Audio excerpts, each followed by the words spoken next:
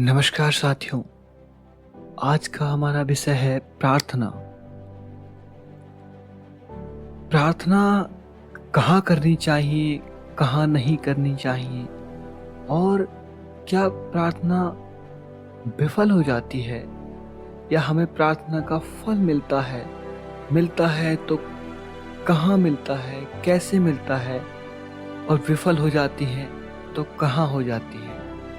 तो आज के लेसन में आइए हम जानते हैं प्रार्थना के बारे में। तो साथियों, सबसे पहले आता है कि क्या प्रार्थनाएं विफल हो जाती हैं? तो इसका जवाब है नहीं। अगर प्रार्थनाएं सही जगह की गई हैं तब प्रार्थनाएं कभी विफल नहीं जाती हैं। अगर आप भगवान से प्रार्थना करेंगे, अपने माता पिता से प्रार्थना करेंगे, तो वो प्रार्थनाएं कभी विफल नहीं जाती हैं, कभी भी विफल नहीं जाती हैं। यदि आप किसी लड़की से प्रेम करते हैं, यदि आप किसी लड़के से प्रेम करते हैं, उसके सामने गिड़गिड़ाते हैं, उससे प्रेम की भीख मांगते हैं, वहाँ पर उन प्रार्थनाओं का कोई मोल नहीं रहता है, क्योंकि आप उससे प्रार्थना नहीं कर रहे हैं, केवल एक अपने मन की इच्छा जाहिर कर रहे हैं। सामने वाले को आपकी केयर कोई है ही नहीं, कोई परवाह है ही नहीं, आप उससे प्रार्थनाएं कर रहे हैं। तो वहाँ पर अपनी प्रार्थना को ज़ाया मत करो। प्रार्थना करनी है, माता से पिता से करो, भगवान से करो, उनकी प्रार्थनाएं कभी विफल नहीं जाएंगी।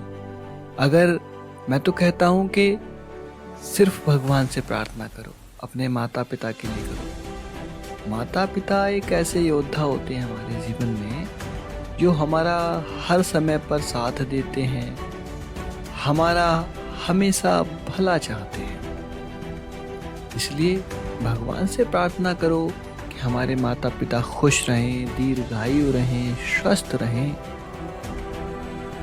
और प्रार्थना ये भी करनी चाहिए कि हे भगवान, हमें कभी कमी ना हो किसी चीज़ की। माता पिता ने अब तक जो हमारे साथ इतने सैक्रिफाई किए हमारी वजह से, कि अपने बेचारे पिताजी हमारे फटी चप्पलों में घूम रहे हैं, फटे कपड़ों में घूम रहे हैं। माता ने हमारी पढ़ाई के लिए इधर उधर चौका बर्तन भी करती हैं माताएं, और माताएं क्या नहीं करती, बेचारे अपने जैसे तैसे सोने चांदी के जेवर भी जोड़ती हैं और फिर हमारे लिए उन्हें भी बेच देती हैं। तो उनके लिए प्रार्थनाएं करना बनता है मेरे दोस्त। किसी लड़की के लिए, किसी लड़के के लिए प्रार्थना मत करो, क्योंकि जो आपका है वो आपको कभी किसी भी परिस्थिति में नहीं छोड़कर जाएगा। चाहे वो एक सच्चा मित्र हो, चाहे माता हो, पिता हो, भगवान हो, ये चार लोग जीवन में ऐसे हैं जो आपको कभी साथ नहीं छोड़ेंगे। एक सच्चा मित्र, माता, एक पिता और एक भगवान। ये आपको देखना है, और मित्र के सामने कभी प्रार्थना का प्रश्न बनता ही नहीं है। मित्र तो हमेशा साथ रहता है, आपके अच्छे में, आपके बुरे में कंधे से कंधा मिलाकर चलता है, और वही असल में सच्चा मित्र होता है।